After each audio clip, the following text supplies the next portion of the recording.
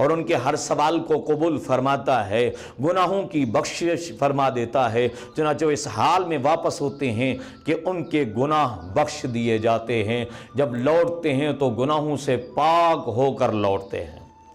حضرت عبداللہ بن عباس رضی اللہ تعالیٰ عنہما فرماتے ہیں جب عید الفطر کی رات ہوتی ہے تو اس رات کو لیلۃ الجائزہ کہتے ہیں، اس رات کو لیلۃ الجائزہ کہتے ہیں، اور جب عید الفطر کا دن ہوتا ہے تو اللہ تعالیٰ اپنے فرشتوں کو تمام شہروں میں پھیلا دیتے ہیں، وہ زمین کی طرف لوٹتے ہیں، پھیل جاتے ہیں، گلیوں کناروں کوچوں میں پھیل جاتے ہیں، اور جس کو جنوں اور پھر اعلان کرتے ہیں، جن کو جنوں اور انسانوں کے علاوہ تمام مخلوق سنتی ہے، کہتے ہیں کہ اے امت محمد صلی اللہ علیہ وسلم اپنے کریم رب کی طرف نکلو، وہ زیادہ ثواب عطا کرتا ہے، بہت بڑے گناہ کو بخش دیتا ہے۔ جب وہ عیدگاہ کی طرف جاتے ہیں تو اللہ تعالیٰ فرشتوں سے فرماتے ہیں اے میرے فرشتوں، وہ کہتے ہیں کہ اے رب ہم حاضر ہیں، ہم حاضر ہیں۔ اللہ تعالیٰ فرماتا ہے جب کوئی مزدور عمل کرے تو اس کی مزدوری کیا ہے؟ وہ عرض کرتے ہیں کہ ہمارے پروردگار، ہمارے مالک، ہمارے مولا اس کو پورا اجر عطا فرما۔ نبی صلی اللہ علیہ وسلم نے فرمایا، اللہ تبارک و تعالیٰ فرماتے ہیں اے میرے فرشتوں، اے میرے فرشتوں، اے ملائکہ، میں تمہیں گواہ بناتا ہوں، میں نے ان کو رمضان المبارک کے روزوں اور قیام کا ثواب اپنی رضا عطا فرماتا ہوں، اور ان کی بخشش کرتا ہوں اور ان کو معاف کرتا ہوں۔ تو جب عیدگاہ سے لوٹتے ہیں عید پڑھنے والے ایمان والے تو اللہ تبارک و تعالیٰ فرماتے ہیں اب تم واپس لوٹو، گناہوں سے بخشے ہوئے لوٹو۔ وہ گناہوں سے پاک ہو کر عیدگاہ سے لوٹتے ہیں۔ ویسے تو 4 عیدیں ایسی ہیں اللہ تبارک و تعالیٰ نے قرآن پاک میں بھی ذکر فرمایا ہے۔ اللہ رب العالمین حضرت ابراہیم علیہ السلام کی حیات طیبہ میں بھی عید کا ذکر فرمایا۔ فَنَظَرَ نَظْرَةً فِي النُّجُومِ فَقَالَ إِنِّي سَقِيمٌ۔ حضرت ابراہیم علیہ السلام کو دعوت دی ان لوگوں نے کہ عید پر جا رہے ہیں، میلے پر جا رہے ہیں، آپ بھی چلیں۔ تو حضرت ابراہیم علیہ السلام نے فرمایا میں ستارے کو دیکھ رہا ہوں کہ میں بیمار ہونے والا ہوں۔ ایک حکمت کے تحت حضرت ابراہیم علیہ السلام نے منع کیا اور کچھ سمجھانا بھی تھا، غیرت خدا بندی کو مد نظر رکھنا تھا کہ ان کو سمجھانا تھا مشرکین کو کہ تم جس کی پوجا کرتے ہو، پوج رہے ہو، وہ خدا نہیں ہو سکتا، وہ معبود نہیں ہو سکتا، وہ مسجود نہیں ہو سکتا۔ تو حضرت ابراہیم علیہ السلام نے فرمایا فَنَظَرَ نَظْرَةً فِي النُّجُومِ فَقَالَ إِنِّي سَقِيمٌ، میں ستاروں کو دیکھ رہا ہوں کہ میں بیمار ہونے والا ہوں۔ وہ سبھی چلے گئے۔ حضرت ابراہیم علیہ السلام نے کلہاڑا لیا اور بت خانے میں داخل ہوئے۔ یہاں سے پتہ چلا کہ بت خانے میں ہر بندہ داخل نہیں ہوتا، بندہ وہ بھی داخل ہوتا ہے جس کے دل میں غیرت خداوندی ہوتی ہے۔ وہ دین کا پیغام پہنچانے کے لیے، دین سمجھانے کے لیے بھی وہاں پہ بت خانے میں داخل ہوتا ہے، اور بت خانے میں داخل ہونا منع نہیں ہے، وہاں پہ بت پرستی کرنا منع ہے۔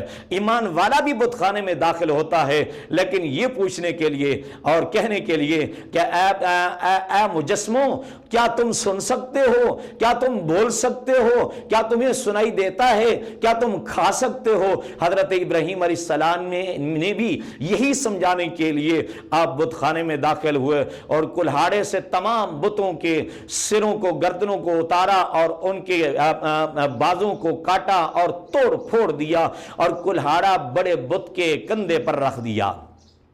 جب وہ اپنی عید سے، میلے سے واپس لوٹے تو حضرت ابراہیم علیہ السلام سے پوچھا کہ یہ کس نے کیا ہے؟ ابراہیم علیہ السلام نے فرمایا تم اپنے خدا سے پوچھ لو، جس کو تم پوچھتے ہو، جس کو تم مسجود اور معبود مانتے ہو، اس سے پوچھ لو، اگر وہ بولتا ہے تو۔ اللہ اکبر۔ حضرت ابراہیم علیہ السلام نے یہ غیرت خداوندی دکھائی تو رب کائنات نے ان کو اپنا خلیل بنایا، اپنا خلیل بنایا، اور اللہ تبارک و تعالیٰ نے آپ کی اولاد میں ہی انبیاء بھیجے، اور جن میں ہمارے پیارے آقا حضور علیہ الصلوۃ والسلام کی ذات مبارکہ بھی ہے۔ اللہ تعالیٰ نے آپ کو جو ہے ابراہیم علیہ السلام کی اولاد سے بنایا۔ اللہ اکبر۔ اور دوسرا جو عید کا ذکر ہے قرآن پاک میں، موعدکم یوم الزینہ وہ حضرت موسیٰ علیہ السلام کی حیات طیبہ میں جب جادوگروں نے میدان میں رسیاں ڈالی، وہاں پہ حضرت موسیٰ علیہ السلام بھی تشریف فرما ہے، آپ نے آسا ڈالا اور آسے سے آسے نے وہ اونٹ نما بڑی گردن والا سانپ اور اژدہا بن گیا، اس نے تمام رسیوں کو کھا لیا۔ جادوگروں نے جان لیا کہ یہ جادو نہیں ہے، یہ اللہ تبارک و تعالی کی طرف سے معجزہ ہے، موسیٰ علیہ السلام اللہ کے سچے نبی ہیں، سچے رسول ہیں۔ تو وہاں پہ وہ ایمان لے آئے۔ اللہ تعالیٰ نے قرآن پاک میں ان کا ذکر فرمایا ہے، اور وہ ایمان لا کر انہوں نے اپنی بخشش کروا لی، بخشش حاصل کر لی۔ اور تیسری عید کا ذکر جو ہے وہ حضرت عیسیٰ علیہ السلام کی حیات میں، حواریوں نے عرض کی یا نبی اللہ آپ دعا فرمائیں کہ اللہ تعالیٰ ہم پر دسترخوان اتارے، اور اس دسترخوان جب اترے گا تو وہ دن ہمارے لیے عید ہو جائے گا، ہمارے اگلے اور پچھلوں کے لیے بھی عید بن جائے گا۔ جس طرح قرآن پاک میں ذکر ہے اللہم ربنا انزل علینا مائدۃ من السماء تکون لنا عیدا لاولنا وآخرنا، کہ یا نبی اللہ آپ دعا فرمائیں اللہ تعالی ہم پر یہ دسترخوان اتارے، ہمارے لیے بھی اور آنے والوں کے لیے عید کا دن بن جائے۔ تو اللہ تبارک و تعالیٰ کے پیغمبر حضرت عیسیٰ علیہ السلام نے فرمایا کہ دعا تو کر دو، اگر دسترخوان اترا اور تم نے ناشکری کی تو اللہ تعالیٰ کی طرف سے تمہارے لیے عذاب آ جائے گا۔ اور پھر ایسا ہی ہوا، کچھ افراد نے دسترخوان سے کچھ چرا لیا۔ حضرت عیسیٰ علیہ السلام نے منع فرمایا تھا یہاں سے کچھ بھی نہیں اٹھانا، کھا لو، پیٹ بھر کے کھا لو، لیکن اس میں سے اٹھانا نہیں ہے۔ لیکن کچھ لوگوں نے اٹھایا اور پھر رات کو سوئے تو وہ سور اور خنزیر بنا دیے گئے، ان کی شکلوں کو مسخ کر دیا گیا۔ اور عید جو ہے یہ خوشی کا دن ہوتا ہے۔ اللہ تبارک و تعالی نے حضرت عیسیٰ علیہ السلام کو بھی یہ دسترخوان دیا، اور انہوں نے کہا یہ ہمارے لیے عید کا دن ہے اور ہمارے آنے والوں کے لیے بھی عید کا دن ہے۔ اللہ تبارک و تعالیٰ کا ارشاد ہے جو میں نے آیہ مبارکہ پڑھی، وَلِتُكْمِلُوا الْعِدَّةَ وَلِتُكَبِّرُوا اللَّهَ عَلَى مَا هَدَاكُمْ وَلَعَلَّكُمْ تَشْكُرُونَ۔ اور جب تم اپنی گنتی پوری کر لو، روزے رکھ لو، تو اللہ کی بڑائی بیان کرو، اللہ کی بڑائی، اللہ کی کبریائی بیان کرو، تکبیرات پڑھو، اللہ اکبر اللہ اکبر، لا الہ الا اللہ واللہ اکبر اللہ اکبر وللہ الحمد، اللہ کی بڑائی بیان کرو، اللہ اکبر۔ اور پھر اللہ تعالی نے سورہ کوثر کے اندر یہ قربانی کا بھی ذکر فرمایا، فصل لربک وانحر، بس اپنے رب کی نماز پڑھو اور قربانی کرو۔ یہ عید الاضحیٰ کے حوالے سے آیہ مبارکہ ہے۔ ابن ماجہ میں ابو امامہ رضی اللہ عنہ سے مروی ہے، رسول اللہ صلی اللہ علیہ وسلم نے ارشاد فرمایا جو عیدین کی راتوں میں قیام کرے اس کا دل نہیں مرے گا جس دن لوگوں کے دل مر جائیں گے، دل زندہ رہیں گے اس دن ان کے جو عید کی رات کو، عید الفطر کی رات کو قیام کریں گے۔ ہم کیا کرتے ہیں؟ ہم عید الفطر کی رات کو غفلت میں گزار دیتے ہیں، شاپنگ کے لیے بازاروں میں جاتے ہیں، اور بھی جو عید کی تیاریوں میں لگ جاتے ہیں۔ ہم وہ رات جو عبادت کی رات ہے اس کو ہم ضائع کر دیتے ہیں، جو رات ہماری دعاؤں کی مقبولیت کی رات ہے، جہاں اجر و ثواب پانے کی رات ہے، اور جو ماہ رمضان کے ہم نے روزے رکھے ہیں ان کی جزا پانے کی رات ہے، اس کو ہم ضائع کر دیتے ہیں۔ اور پھر عید والا دن ہوتا ہے تو صرف عید نماز تو سو مشکل سے پڑھتے ہیں، لیکن بعد میں کیا ہوتا ہے ہمارے حالات ہم سب جانتے ہیں۔ ہم کیا کرتے ہیں؟ ہم لغو لعب میں مبتلا ہو جاتے ہیں، ہم لغو باتوں میں جو ہے وہ مشغول ہو جاتے ہیں۔ اللہ تبارک و تعالی نے عید الفطر کی رات اور عید الفطر کا دن ہمارے لیے جزا کا دن رکھا ہے، یہ رات بھی جزا کی ہے، یہ دن بھی جزا کا ہے، لیکن ہم اس کو ہم ضائع کر دیتے ہیں۔ پتہ نہیں کس طریقے سے ہم عید الفطر بھی ادا کرتے ہیں، یہ ہمیں پتہ ہے۔ اس بانی نے معاذ بن جبل رضی اللہ عنہ سے روایت کرتے ہیں کہ جو 5 راتوں میں شب بیداری کرے اس کے لیے جنت واجب ہے، جنت واجب ہے۔ ذی الحجہ کی 8ویں، 9ویں اور 10ویں راتیں، اور عید الفطر کی رات اور شعبان کی 15ویں رات، ان 5 راتوں میں جو عبادت کرے گا اللہ تبارک و تعالی اس کو جنت عطا فرمائیں گے۔ اللہ اکبر۔ ابو داؤد میں حضرت انس رضی اللہ عنہ سے مروی ہے، حضور صلی اللہ علیہ وسلم نے جب مدینے میں تشریف لائے، اس زمانے میں اہل مدینہ سال میں 2 دن خوشی کرتے تھے، اور آپ نے فرمایا یہ کیا دن ہے؟ لوگوں نے عرض کی یا رسول اللہ، ہم ان دنوں میں عید مناتے ہیں۔ حضور علیہ السلام نے فرمایا ان سے بہتر یہ ہماری 2 عیدیں ہیں، عید الفطر اور عید الاضحیٰ۔ اور نبی کریم صلی اللہ علیہ وسلم کا عمل کیا ہوا کرتا تھا؟ محبوب علیہ السلام جب عیدگاہ کی طرف تشریف لے جاتے، آپ صدقہ کرتے ہوئے تشریف لے جاتے، آپ صلی اللہ علیہ وسلم بیماروں کی بیمار پرسی تیمارداری کرتے ہوئے تشریف لے جاتے، اور اگر راستے میں یتیم بچہ ملتا، ایک روایت میں آتا ہے نبی کریم صلی اللہ علیہ وسلم عیدگاہ کی طرف تشریف لے جا رہے تھے، راستے میں ایک بچہ کونے میں کھڑا ہو کر رو رہا ہے، محبوب علیہ السلام نے ارشاد فرمایا اے بچے تم کیوں نہیں رو رہے؟ تمہارے گدلے کپڑے ہیں، تم صاف کپڑے کیوں نہیں پہنتے؟ عرض کی یا رسول اللہ صلی اللہ علیہ وسلم میں یتیم ہوں، میرے ماں باپ اللہ کو پیارے ہو گئے ہیں، میں یتیم ہوں، میرے سر سے ماں باپ کا سایہ اٹھ گیا۔ محبوب علیہ السلام کے آنکھوں سے آنسو جاری ہوئے، محبوب علیہ السلام نے اس یتیم بچے کو اپنے کندھے پر اٹھایا، اور محبوب علیہ السلام حضرت فاطمہ الزہرا رضی اللہ تعالیٰ عنہا کے گھر تشریف لے گئے، اور محبوب علیہ السلام نے فرمایا کہ اے فاطمہ کوئی کپڑے ہیں تو ان کو اس بچے کو پہنا دو، یہ یتیم بچہ ہے۔ کپڑے نئے حسن حسین کو پرانے پہنا دیے گئے اور یتیم بچے کو نئے کپڑے پہنا دیے گئے، اور محبوب علیہ السلام نے فرمایا اب تو تم خوش ہو؟ عرض کی آقا خوش تو ہوں لیکن ماں باپ کی فرقت تو یاد آتی ہی ہے۔ محبوب علیہ السلام نے فرمایا کہ تم خوش نہیں ہو کہ تمہارا باپ محمد صلی اللہ علیہ وسلم ہو، تمہاری بہن فاطمہ ہو، تمہاری ماں عائشہ صدیقہ رضی اللہ تعالی عنہا ہو۔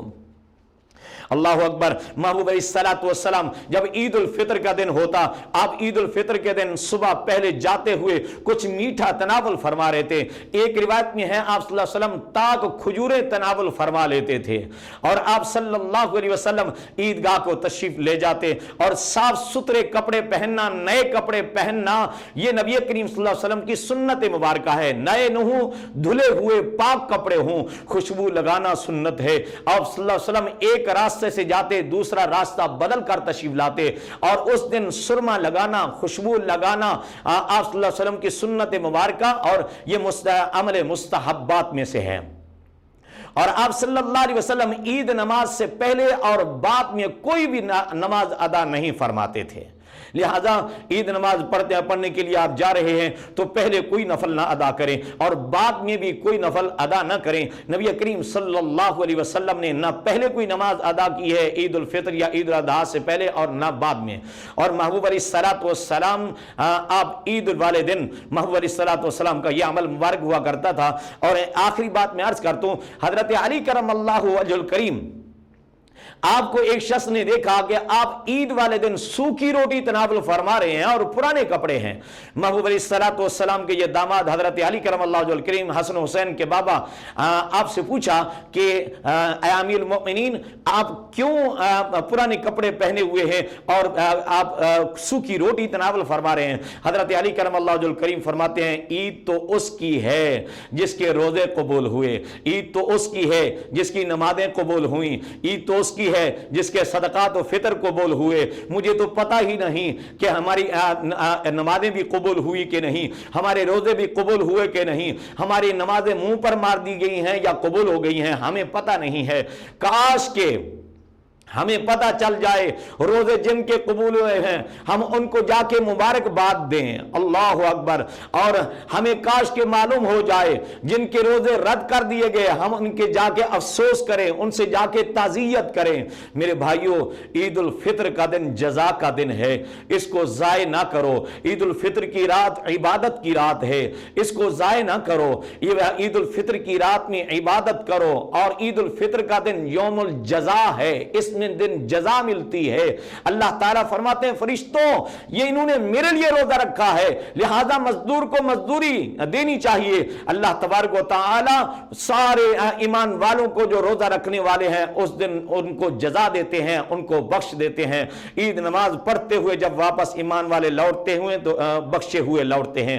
اللہ تعالیٰ ہم سب کو نبی پاک صلی اللہ علیہ وسلم کے طریقہ آپ کے سنت کے مبارک مطابق جو ہے وہ عید الفطر منانے کی کی توفیق عطا فرمائے۔ وما علینا الا البلاغ۔